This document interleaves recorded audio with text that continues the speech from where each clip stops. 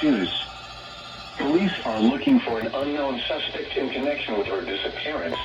The suspect is driving a silver newer model Chevrolet with an unknown license plate. The suspect was last heard from transmitted as a request of the Texas Department of Public Safety. The Corinth Police Department is searching for East Carrasco, a Hispanic female, 12 years old, 5 feet 1 inch, 120 pounds, brown hair, brown eyes, and last seen wearing a t-shirt, black shorts, and Crocs-style shoes.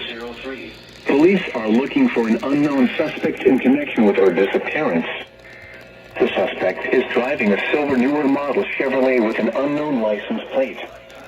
The suspect was last heard from in Corinth, Texas. Law enforcement officials believe this child will be in Greenport and Meekins in northwest Louisiana and southeast Oklahoma, south central and southwest. Police Department at 940-349-1600. News media point of contact is Corinth Police Department at 940-279-1503.